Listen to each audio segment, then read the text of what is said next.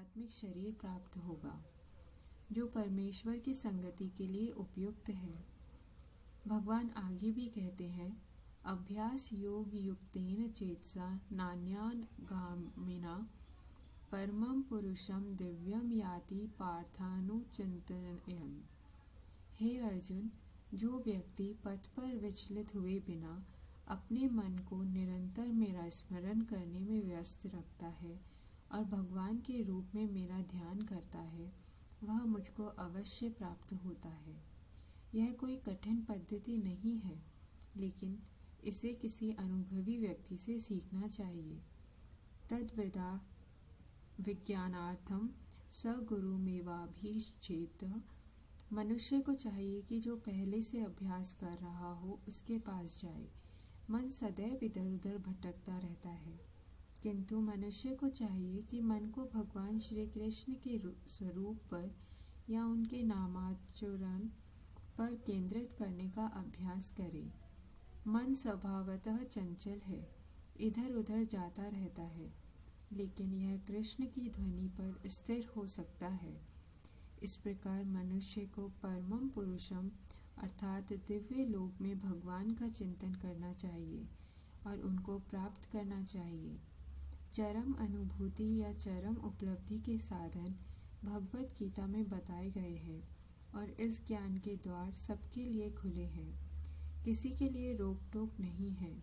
सभी श्रेणी के लोग भगवान कृष्ण का चिंतन करके उनके पास पहुंच सकते हैं, क्योंकि उनका श्रवण तथा चिंतन हर एक के लिए संभव है।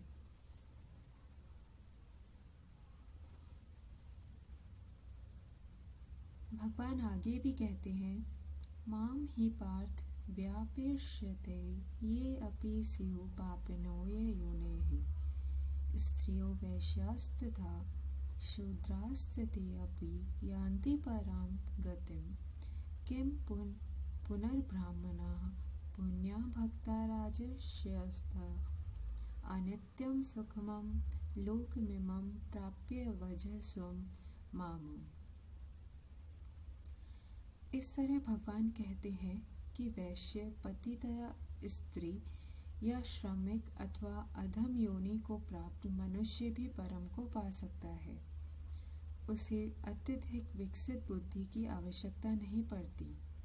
बात यह है कि जो कोई भक्ति योग के सिद्धांत को स्वीकार करता है और परमेश्वर को जीवन के आश्रय तत्व, सर्वोच्च लक्ष्य या चरम लक्ष्य के रूप में स्वीकार करता है, वह आध्यात्मिक आकाश में भगवान तक पहुंचा सकता है।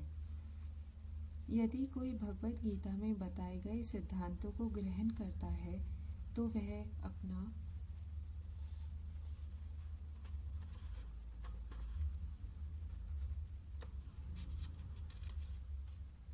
जीवन पूर्ण बना सकता है और जीवन की सारी समस्याओं का स्थायी हल पाता है। यही पूरी भगवत गीता का सार है।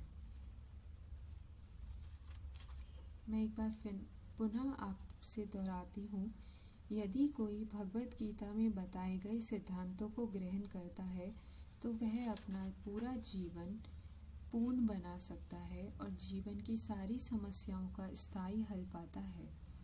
यही पूरी भगवत गीता का सार है। जय श्री कृष्ण। ये पंक्तियां फिर से दोहराने के हेतु, यदि कोई भगवत गीता में बताए गए सिद्धांतों को ग्रहण करता है तो वह अपना जीवन पूर्ण बना सकता है और जीवन की सारी समस्याओं का स्थायी हल पाता है। यही पूरी भगवत गीता का सार है। जय श्री कृष्ण।